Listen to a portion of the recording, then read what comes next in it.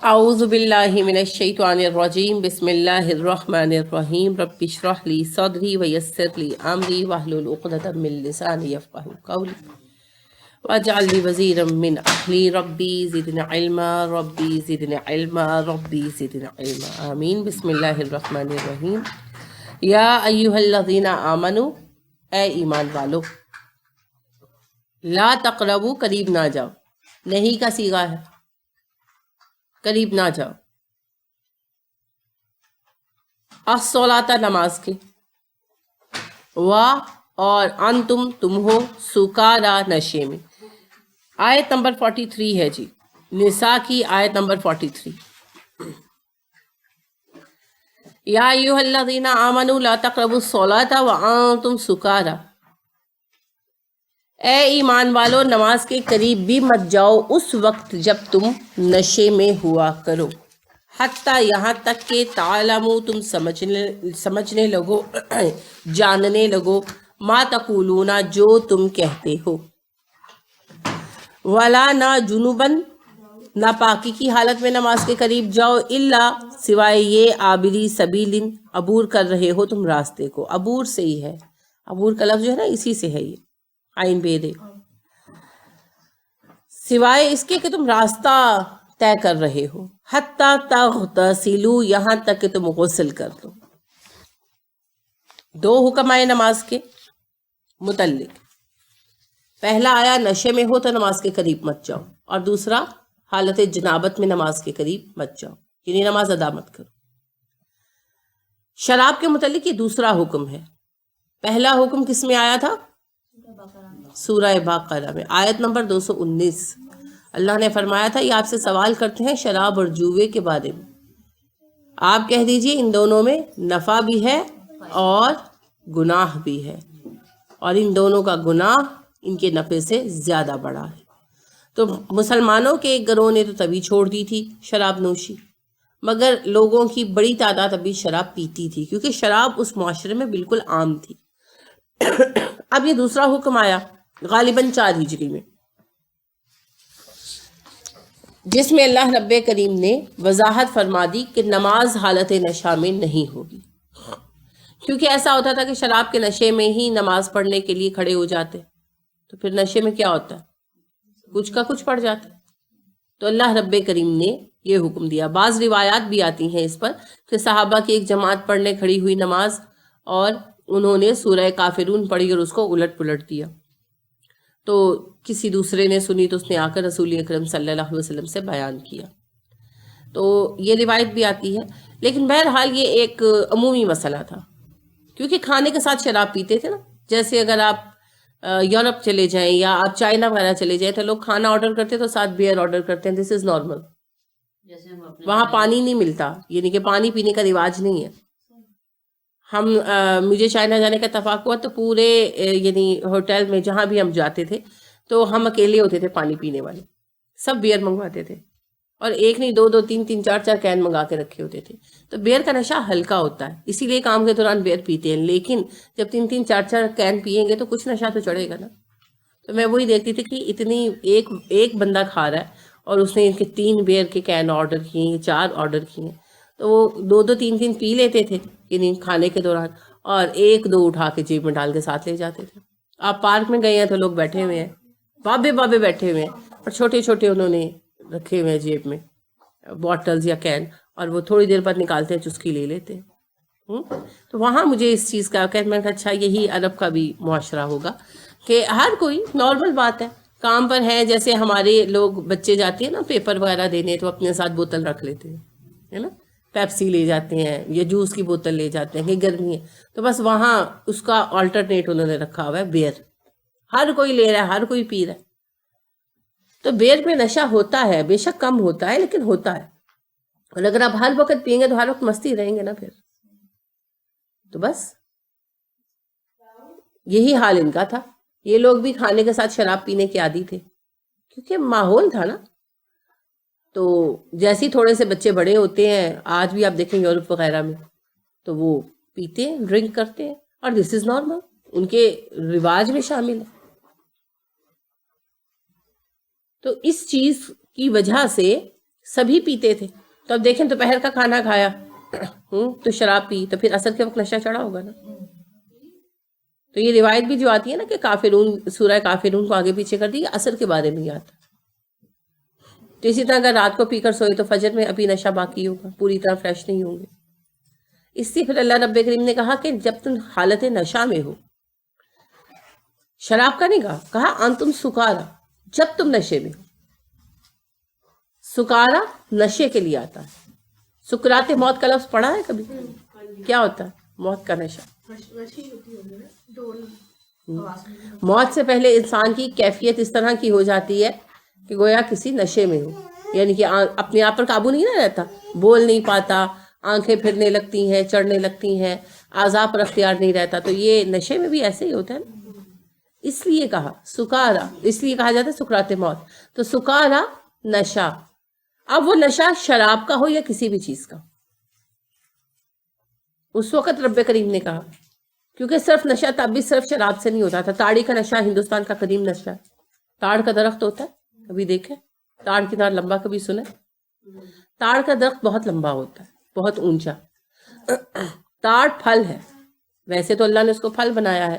اس کے اندر سے سفید رنگ کا ایک جوس سا نکل رہا ہے جسے تاڑ کے درخت کا دودھ بھی کہتے ہیں. مزیدار ہوتا ہے، فریش پی لیا جائے تو وہ بہت اچھا ہے. لیکن یہ اس سے شراب بنا لیتے ہیں، ان کے اس سے نشاور کر لیتے ہیں. شراب تو نہیں کہنا چاہیے، وہ اور چیز ہے، تاڑی کہتے ہیں اس کو. وہ تاڑ کے پھلوں کے نیچے نا ہانڈیاں باندھ دیتے ہیں، تو وہ ٹپکتا ہے اس کے اندر، ساری رات وہ جمع ہوتا رہتا ہے. تو جب اس پہ دھوپ پڑتی ہے نا تو اس میں قدرتی طور پر نشہ آ جاتا ہے. انسان نے ایسی ایسی چیزیں ڈھونڈی قدرتی طور پر. اوپر ململ کا کپڑا باندھ دیتے ہیں ہانڈی کے تاکہ بیچ میں کوئی چیز نہ گھسے. ہاں بالکل. اور ساری چیزوں سے حفاظت ہو جائے. تو وہ پانی، وہ اس کے رس کے قطرے ٹپکتے رہتے ہیں تو صبح تک ہانڈیاں بھر جاتی ہیں. اور جب دھوپ پڑتی ہے نا تیز اس کے اوپر تو اس پہ قدرتی طور پر نشہ آ جاتا ہے. اسے تاڑی کہتے ہیں. تو پھر اتار کر اس کو پیتے ہیں. تو اگر اس کو فریش نکال کر پیا جائے تو بڑا صحت بخش ہے، اس کے بہت فوائد بھی ہیں. تو تاڑی کا نشہ بھی قدیم ہے. اسی طرح شراب کی مختلف اقسام ہیں. پھر آپ کو پتا ہے کہ یہ جو ہے حشیش کا نشہ بھی قدیم ہے. تو نشہ کسی بھی قسم کا ہو، یہ نہیں کہ شراب کا نشہ ہوگا تو نماز نہیں ہوگی، ہیروئن کا نشہ ہوگا تو گھس جاؤ نماز پڑھنے. اگر آپ کے حواس قابو میں نہیں ہے تو نماز نہیں ہوگی. اگر آپ کو یہ نہیں پتا کہ آپ کیا پڑھ رہے ہیں تو نماز نہیں ہوگی. اسی لیے رسول اکرم صلی اللہ علیہ وسلم نے یہ بھی ارشاد فرمایا کہ جب تمہیں اتنی نیند آ رہی ہو کہ اونگ رہے ہو تو نماز چھوڑ دو اور جا کے سو جاؤ، پھر اٹھ کے نماز پڑھو. اسی بنیاد پر اس حکم کو استوار کیا گیا ہے. کیونکہ اتنی نیند آ رہی ہو نا کہ آپ بار بار سو رہے ہیں تو سمجھ آئے گی نہیں آئے گی. تو پھر ٹرنکولائزرز لے کر، ریلیکسنٹس لے کر نماز ہوگی. اب جو ہمارے یہاں ڈپریشن کے پیشنٹ ہیں ان بیچاروں کو ڈاکٹر کس چیز پہ لگا دیتے ہیں؟ نیند کی دوائیوں پر، ریلیکسنٹس پر. ریلیکسنٹ کیا کرتے ہیں؟ آپ کے ذہن کو غنودہ کر دیتے ہیں، آپ کی فیلنگز سلو ہو جاتی ہیں جس کی وجہ سے آپ اپنے آپ کو ریلیکس فیل کرتے ہیں. لیکن آپ کا ذہن بھی کم ہو جاتا ہے نا. جیسے تبسم بہن کہتی ہے نا، مجھے کچھ سمجھ نہیں آتا، مجھے لگتا ہے میرا دماغ خالی ہے. ان کا علم کہیں نہیں چلا گیا، علم جانے والی چیز نہیں ہے. یہ دماغ کی کیفیت ہے، دماغ سن ہو جاتا ہے مسلسل اس قسم کی میڈیکیشن سے. اور میری ایک بات یاد رکھیے، ڈپریشن دماغ کی بیماری نہیں ہے، ڈپریشن دل کا مرض ہے. یہ میں نے نہیں کہا، یہ اللہ کے نبی صلی اللہ علیہ وسلم نے کہا. آپ صلی اللہ علیہ وسلم نے کہا ڈپریشن، غم دل کے مرضوں میں سے ایک مرض ہے، اور یہ تو بڑا ہی خطرناک مرض ہے، اس سے پناہ مانگا کر. تو غم دل کا مرض ہے، یہ دماغ کا مرض نہیں ہے. لہٰذا دل کو ٹھیک کرتے کرتے دماغ کو خراب مت کرے. تو پھر علاج کہاں ہے؟ قرآن میں. کیونکہ غم کیا ہے؟ دل کی بے قراری ہے نا، دل کی بے چینی، اسی کا نام ڈپریشن. کہیں قرار نہیں آتا. اور اللہ نے کہا الا بذکر اللہ تطمئن القلوب، یاد رکھو تمہارے دلوں کا اطمینان میری یاد میں. اب بات یہ ہے اللہ کے بندوں کی صحبت اختیار کریں، قرآن پڑھیں، قرآن کو سمجھیں اور دعائیں لیں. دعائیں کروائیں نہیں، دعائیں لیں. فرق ہے دونوں میں. ایسے کام کریں کہ لوگ آپ کے لیے دعا کریں. کسی کی دعا لگ جاتی ہے نا تو تقدیر بدل جاتی. ضرور. ڈپریشن کی دوائیں چھوڑ دی. بہت اچھا کیا. اور میں نے جو نا اللہ نے مجھے اتنی توفیق دی تھی جب ڈپریشن ٹائم بھی بہت زیادہ، تو اللہ نے مجھے نماز کی توفیق دی. ماشاء اللہ. میں 2 نفل حاجت پڑھ کے سجدے میں ہی دعا کرتی تھی کہ یا اللہ یہ میرے اپنے اعمال ہیں، مجھے معاف کر. ماشاء اللہ. اللہ کا شکر ہے. ماشاء اللہ. دیکھیں پتہ کیا ہے، یہ فرق ہے علم والے کا اور بے علم کا. جب علم والے پر مصیبت کسی پر بھی آئے گی، علم والے کی بھی آزمائش ہوگی. رسول اکرم صلی اللہ علیہ وسلم پر کتنی بیماری آئی، تو لہٰذا آزمائش تو ہوگی، لیکن علم والے کا رویہ اور ہوتا ہے، جاہل کا رویہ اور ہوتا ہے. یہ فرق ہے. تو دعائیں لیں، ایسے کام کریں، کسی کا کوئی مسئلہ حل کر دیں، کسی کے کام آ جائے کسی بھی طرح سے. اگر پیسہ ہے تو پیسے سے، پیسہ نہیں ہے تو ہاتھ پیسے کسی طرح سے، تاکہ اگلے کے دل سے آپ کے لیے دعا نکلے. وہ دعا جو ہے نا تقدیر بدل دی. بہت اچھا کیا آپ نے، بہت اچھا کیا ماشاء اللہ. اور اسی لیے اللہ نے آپ کو نوازا ہے اور انشاءاللہ بالکل ٹھیک ہو جائیں گی. بالکل. تو اس وجہ سے پھر یہ جو ایسی دوائیاں ہیں نا لینا پریشانی میں، نیند کی، ایک تو ہے نا کہ ایک آدھ وقت کے لیے، وہ تو اور بات ہے. بعض اوقات ہوتا ہے نا کہ کسی سبب سے نیند نہیں آ رہی مسلسل، تو آپ نے لی اور 2 گھنٹے سو گئے، وہ اور چیز ہے، وہ لی جا سکتی ہے. لیکن یہ تو دوائیاں ہوتی ہیں سارا دن لینے کی، اور سارا دن ہی آپ کو سلاتی نہیں ہے، ڈراؤزینس میں رکھتی ہے، غنودہ رکھتی ہیں مسلسل کئی سالوں تک. ساری زندگی آپ دیکھیں ارم جو ہے ہماری، وہ اب کتنا عرصہ لیتی رہی ہیں، اور نتیجہ کیا نکلا. آپ نے ان کو دیکھا ہے جب وہ دوائیاں لے رہی تھی تو کیا حالت تھی، جب چھوڑی تو کتنی بہتر ہو گئی. تو یہ حل نہیں ہے، یہ تو ایک راستہ ہے بالکل اسکیپ کا، فرار. جن مشکلات کو تم بیئر نہیں کر رہے ان سے فرار اختیار کر لو. میں نے سورۃ قریش پڑھی، بہت زیادہ ہے نا، ہمیں خوف کیا بن دیا. بالکل. الحمدللہ. تھوڑا اپنے آپ سے لڑنا پڑتا ہے اور تھوڑا سا اپنی تقدیر کو قبول کرنا پڑتا ہے. ڈپریشن کب ہوتا ہے؟ جب کچھ نہ کچھ خلاف مرضی ہوتا ہے. تو جس مشکل کو آپ سہ نہیں پا رہے، آپ اس کی طرف سے بھاگ جائیں. یہ علاج اس قسم کے ہے جیسے وہ بلی کو دیکھ کر کبوتر آنکھیں بند کر لینا، یا شتر مرغ کیا کرتا ہے، دشمن آئے تو ریت میں منہ چھپا لیتا ہے، تو دشمن تھوڑی بھاگ جاتا ہے، وہ اور آسانی سے پکڑ لیتا ہے. ہاں، بیٹھا ہوا سکون سے. تو پہلی بات، ہمارے عقائد میں چھٹا عقیدہ رسول اکرم صلی اللہ علیہ وسلم نے کیا گنوایا؟ اچھی اور بری تقدیر پر ایمان لانا. کیوں گنوایا؟ اسی لیے کہ پھر انسان کو نا ڈپریشن نہیں ہوتا. کوشش کے باوجود اگر فیلئر ہو جاتا ہے، وہ کہتا ہے ٹھیک ہے میرا نصیب یہی تھا، میرے رب نے یہی لکھا تھا. لیکن چھوٹی چھوٹی چیزوں سے آپ سیکھتے ہیں. ہم کھانا بناتے ہیں، بڑا اچھا تیار کرتے ہیں اپنی پسند کا، آج تو میں فلاں چیز کھاؤں گی، گوبھی قیمہ، چلے پکایا، مزیدار بنا بھی مزیدار، جو کھا رہے امی بہت مزیدار، باجی بہت مزیدار. اور آپ خود کھانے بیٹھے تو کوئی اور آ گیا، آپ نے اپنی پلیٹ اس کو دے دی، ہانڈی بھی صاف ہو چکی ہے، آپ اب انڈا تل کے کھا رہے ہیں. یہ تقدیر ہے، نہیں تھا نصیب میں، کیا ہو سکتا. اب منہ بنا کے فاقہ رہ لیں تو بھی آپ کی مرضی، انڈا تل کے کھا لیں تو بھی آپ کی مرضی. لیکن اگر فاقہ کریں گے منہ بنا کر، رب کریم آپ کو اجر نہیں دیں گے. اگر آپ خوشی خوشی اپنا حصہ کھلا کر خود کچھ اور کھا لیں گے، لکھا تو یہی ہوا ہے، تو آپ کو اجر ملے گا. یہ ہے اچھی اور بری تقدیر کو مان لینا. جو ہونا ہوتا ہے وہی ہوتا ہے، آپ قسمت کو بدل نہیں سکتے کچھ چیزوں میں. ٹھیک ہے. تو بات یہ ہے کہ اچھی اور بری تقدیر پر ایمان بھی ہم لے آئے نا، تو ڈپریشن بڑی حد تک دور ہو جاتا ہے. پھر اس کے بعد حقائق کو فیس کرنا. ٹھیک ہے. تو یہ تربیت ہے، تربیت مضبوط ہونی چاہیے. اور مومن مضبوط ہوتا ہے. مومن اتنا کمزور نہیں ہوتا کہ ایک فیلئر جو ہے اسے ڈپریس کر دے.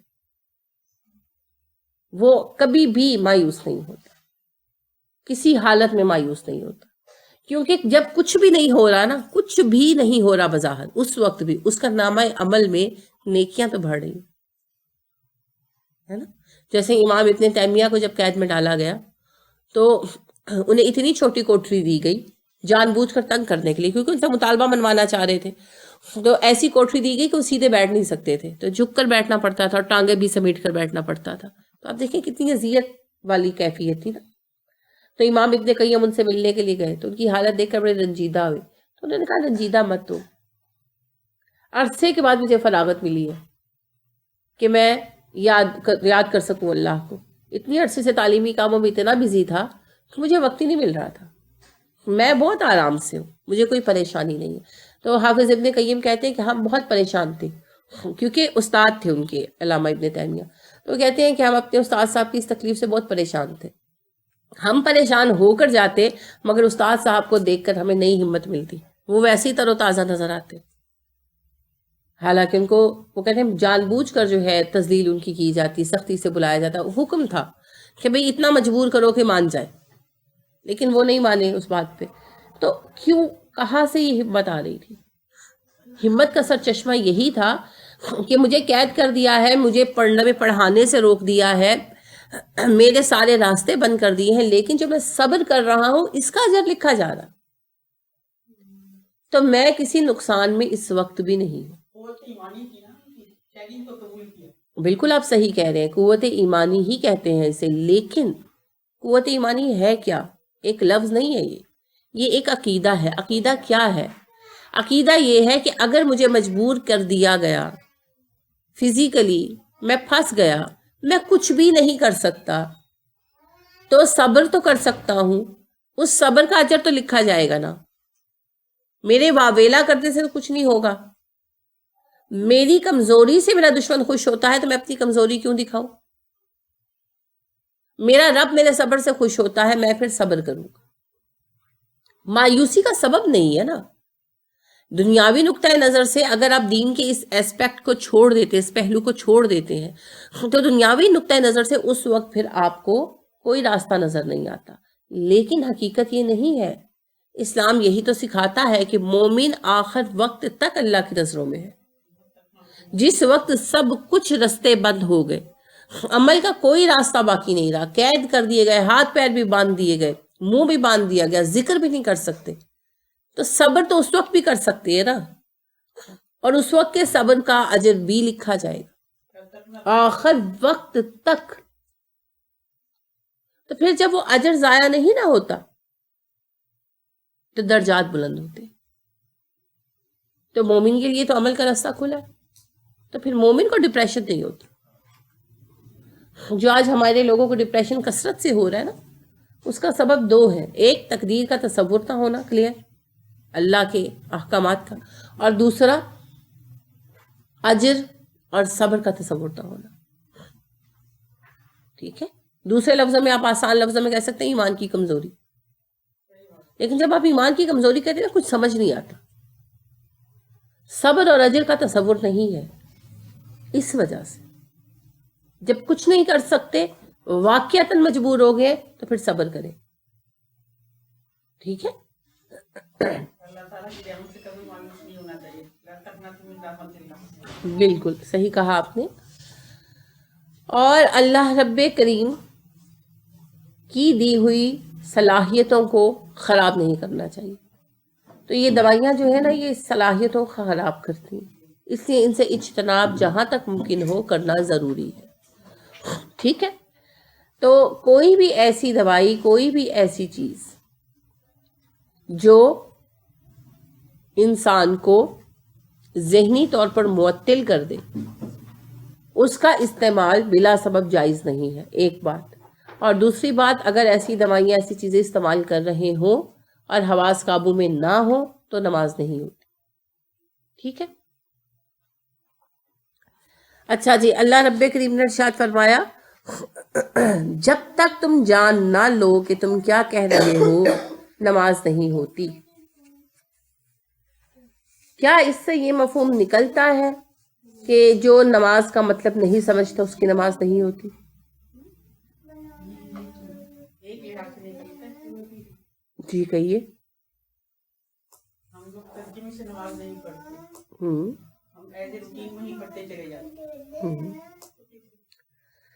بعض لوگوں نے اس سے یہ رائے ڈرائیو آؤٹ کی ہے، لیکن یہ بات درست نہیں ہے۔ یہ تشدد پسندانہ رائے ہے، یعنی متشدد رائے ہے، اور قرآن کا مطلب بھی یہ نہیں ہے۔ اگر قرآن کا مطلب مفہوم پر زور دینا ہوتا تو ارشاد ہوتا حتی تفقہوا یا حتی تفہموا۔ یہ ظاہری بھی میل نہیں کھاتا اور معنوی طور پر بھی میچ نہیں کرتا۔ مراد یہ ہے آپ جو کہہ رہے ہیں آپ کو پتا ہو کیا کہہ رہے ہیں۔ شروع کریں، آپ فرض کریں کہ جو ہے ایک صورت کوئی اور ملتی جلتی دوسری صورت بیچ میں شامل کر لیں، تو یہ غلط ہے، ٹھیک ہے؟ یعنی اس قدر حواس مختل ہوں کہ پڑھنا شروع کریں کوئی ایک صورت اور بیچ میں آپ کئی قرآن کی ایسی صورتیں نا جو ایک دوسرے سے میچ کرتی ہیں اور ان کی آیتیں ایک دوسرے سے مکس ہو جاتی ہیں، تو آپ شروع کریں ایک صورت اور بیچ میں کسی ایسے مقام پر جو ملتا جلتا ہے دوسری صورت بیچ میں ایڈ کر لیں اور پتہ ہی نہ چلے، حواسی جگہ پڑھنا۔ تو ایسی صورت میں پھر نماز نہیں ہوگی۔ اس کا مطلب یہ نہیں ہے کہ نماز جو ہے مانا نہ آتا ہو تو نہیں ہوگی۔ بعض لوگوں نے یہ رائے اپنی طرف سے کی ہے بہت بعد میں، یعنی انگریزوں کے دور کے بعد جب ذہن بیدار ہوئے قدرے تو، لیکن یہ بات درست نہیں ہے۔ ہاں احسن ہے کہ نماز کا مفہوم آتا ہو، لیکن نماز کا مفہوم اگر نہیں کسی کو آتا تو اس سے نماز کی صحت پر اثر نہیں آتا، ٹھیک ہے؟ یہ پتہ ہونا چاہیے ہم کیا پڑھیں، اگر سورت پڑھیں کون سی پڑھیں، آیت پڑھیں کون سی پڑھیں، اتنا علم ہونا چاہیے، ٹھیک ہے؟ دوسرا حکم آیا جب تم حالت جنابت میں ہو۔ جنابت اجنبی ایک ہی روٹ سے بنے ہوئے لفظ ہے، مطلب ہوتا ہے دور ہونا، الگ ہونا۔ جنابت کہتے ہیں میاں بیوی کے سیکشول ریلیشن سے ہونے والی ناپاکی کو، یا پھر ریلیشن کے بغیر بھی اگر ڈسچارج ہو جائے تو اس سے بھی ہو جاتی ہے۔ تو ایسی ناپاکی کی صورت میں نماز نہیں ہوتی غسل کیے بغیر، غسل کرنا لازم ہے، ٹھیک ہے؟ اب اللہ نے فرمایا الا عابری سبیل، سوائے اس کے کہ تم راستہ عبور کر رہے ہو۔ اب یہاں پر تھوڑا سا اختلاف رائے ہوا۔ کچھ لوگوں نے اس سے مراد لیا کہ حالت جنابت میں مسجد سے گزرنا الاؤڈ ہے، مسجد میں ٹھہرنا الاؤڈ نہیں ہے۔ عابری سبیل سے انہوں نے یہ مراد لیا۔ یہ رائے ابن مسعود کی، انس بن مالک کی، حسن بصری کی اور ابراہیم نخعی کی ہے۔ یعنی صحابہ میں اس میں ابن مسعود اور انس شامل ہیں، اور تابعین میں حسن بصری اور ابراہیم نخعی۔ لیکن باقی لوگوں نے اس سے مراد لیا کہ اگر تم راستے میں ہو تو تیمم کر کے بھی نماز ادا کر سکتے ہو۔ یہ رائے علی رضی اللہ عنہ کی، عبداللہ بن عباس کی، سعید بن جبیر کی ہے۔ علی رضی اللہ عنہ نے کہا کہ ہم تو جنبی ہوا کرتے تھے لیکن ہم مسجد نبوی میں سو جاتے تھے، ٹھیک ہے؟ حالت جنابت میں بھی مسجد میں سو جایا کرتے تھے، عبداللہ بن عمر بھی کہتے ہیں۔ تو اکثریت نے اس سے یہ رائے قبول نہیں کی۔ اس گروہ کا یہ کہنا ہے کہ جو حالت جنابت میں ہے وہ مسجد میں بیٹھ سکتا ہے، اور اگر احتیاط کرنا چاہے تو وضو کر سکتا ہے، نماز نہیں پڑھ سکتا، نماز وہ نہا کر پڑھے گا، لیکن مسجد میں جانے وغیرہ کی پابندی نہیں ہے، ٹھیک ہے؟ اختلاف کس معاملے میں ہے؟ مسجد میں بیٹھ سکتے ہیں یا نہیں؟ ہاں جی، نماز کے متعلق اختلاف نہیں ہے، ٹھیک ہے؟ نماز کے متعلق اتفاق رائے ہے کہ جو جنابت میں ہوگا وہ نہا کر نماز پڑھے گا۔ اس معاملے میں بھی اختلاف نہیں ہے کہ سفر میں ہو تو تیمم کر لے، اس میں بھی اتفاق رائے ہے، ٹھیک ہے؟ اگر ایک بندہ جنابت کا شکار ہے تو وہ سفر میں ہے، اسے پانی میسر نہیں ہے، تو وہ تیمم کر کے نماز پڑھ لے، اس پر بھی کوئی اختلاف نہیں ہے. ٹھیک ہے. جو حضرات یعنی ابن مسعود اور انس اور حسن اور ابراہیم نخعی علیہ رحمہ یہ جو عابری سبیل سے مراد لیتے ہیں مسجد سے گزرنا، تو یہ بھی اسی بات کو مانتے ہیں کہ تیمم کر کے نماز ادا کی جائے گی پانی نہ ملنے کی صورت میں، مگر وہ اس کی دلیل حدیث سے لیتے ہیں. حدیثیں بھی تو ہے نا اس پر، وہ اس کی دلیل حدیث سے لیتے ہیں. اور جو دوسرا گروہ ہے وہ اس آیت کے حصے کو دلیل بناتا ہے اور کہتا ہے حدیثیں بھی تائید کرتی ہیں. تو اس بارے میں بھی کوئی اختلاف نہیں ہے کہ ایک بندہ اگر حالت جنابت میں ہو تو وہ وضو نہا نہ سکے تو تیمم کر کے نماز ادا کر لے گا. اسے پانی نہیں میسر آتا نہانے کے لیے تو وہ تیمم کر کے نماز ادا کر لے گا. اس میں بھی اختلاف نہیں ہے. ٹھیک ہے. اختلاف کس میں ہے؟ صرف اس ایک بات میں کہ کیا مسجد میں بیٹھ سکتا ہے یا نہیں بیٹھ سکتا. ٹھیک. ایسے لگتا ہے نا ایک دم کہ بڑا سارا اختلاف ہے، نہیں، چھوٹا سا اختلاف. اس بات میں بھی اختلاف نہیں ہے کہ جنابت والا بندہ نہائے بغیر نماز نہیں ادا کر سکتا. نماز کی ادائیگی سے پہلے جنابت کا غسل فرض ہے، اس میں کوئی اختلاف نہیں ہے. اور اگر جنب حالت کا حامل بندہ مسافر ہو، سے پانی میسر نہ ہو تو وہ تیمم کر لے گا، اور تیمم غسل کا قائم مقام ہے. اس میں بھی کوئی اختلاف نہیں ہے. اختلاف صرف اس بات میں ہے کہ ایک بندہ جو حالت جنابت میں ہے، کیا وہ حالت جنابت میں مسجد میں آ سکتا ہے یا کہ نہیں آ سکتا. تو ابن مسعود اور انس رضی اللہ عنہما کہتے ہیں کہ نہیں آ سکتا، گزر سکتا ہے. مگر علی رضی اللہ عنہ، ابن عباس اور اکثر صحابہ کہتے ہیں کہ نہیں آ سکتا ہے، بیٹھ بھی سکتا ہے. ابن عمر کہتے ہیں کہ ہم نوجوان تھے اور ہم مسجد نبوی میں سو جاتے جبکہ ہم احتلام کا شکار ہوتے، یعنی کہ نیند کی حالت میں ڈسچارج ہوتا، اور ظاہر ہے کوئی بھی جنابت ہے تو وہ کہتے ہیں ہم مسجد نبوی میں سو جاتے. اسی طرح ایک اور حدیث میں آتا ہے کہ رسول اکرم صلی اللہ علیہ وسلم نے ایک انصاری صحابی کو طلب کیا کسی کام سے، تو انہوں نے قاصد کو کہا کہ آپ جائیے، میں بھی آتا ہوں. پھر وہ آئے تو جلدی جلدی آئے، ان کے بالوں سے پانی ٹپک رہا تھا اور ان کی حالت سے ان کے سانس وغیرہ پھولا ہوا تھا، تیز تیز آئے تھے. تو آپ صلی اللہ علیہ وسلم نے پوچھا کہ آپ نے اتنی عجلت کیوں کی نہانے میں؟ انہوں نے کہا جی میں جنب تھا. تو آپ صلی اللہ علیہ وسلم نے کہا کہ آپ کام کے لیے آ سکتے تھے. اسی طرح سے آپ کو پتا ہے کہ ایک مرتبہ جو ہے ابو ہریرہ آپ کو راستے میں ملے اور پھر غائب ہو گئے. تو آپ صلی اللہ علیہ وسلم سے دوبارہ پھر پاس آئے. تو آپ نے پوچھا کہ کیا بات ہے ابو ہریرہ، آپ کہاں چلے گئے تھے؟ تو انہوں نے کہا کہ جی میں جنب تھا. اصل میں آپ مسجد آ رہے تھے تو ابو ہریرہ آپ کے ساتھ مسجد نہیں آئے بلکہ واپس لوٹ گئے. تو آپ صلی اللہ علیہ وسلم کے بعد دوبارہ پھر مسجد میں آئے. تو آپ نے پوچھا کہ آپ لوٹ کیوں گئے؟ تو انہوں نے کہا کہ جی میں جنب تھا. تو آپ صلی اللہ علیہ وسلم نے کہا کہ مومن ہر حال میں پاک ہوتا ہے. تو زیادہ دلائل اسی بات کے ملتے ہیں کہ جنب بندہ جو ہے وہ اگر کسی کام سے آیا ہے، کسی سے ملنے آیا ہے، کوئی بات سننے آیا ہے تو وہ مسجد میں آ سکتا ہے. ٹھیک ہے. تو صرف اس ایک بات پر اختلاف ہے کہ ایک بندہ جو جنابت کا شکار ہو وہ مسجد میں بیٹھ سکتا ہے غسل کیے بغیر یا نہیں بیٹھ سکتا. اور یہ اتنا بڑا مسئلہ نہیں ہے. جو رائے زیادہ صحیح لگے اس پر عمل کر لیا جائے، کیونکہ ایسا کبھی کبھار ہی ہوگا، ورنہ جو بندہ بھی مسجد میں آئے گا وہ ایک ہی دفعہ نہا کر آنا پسند کرے گا.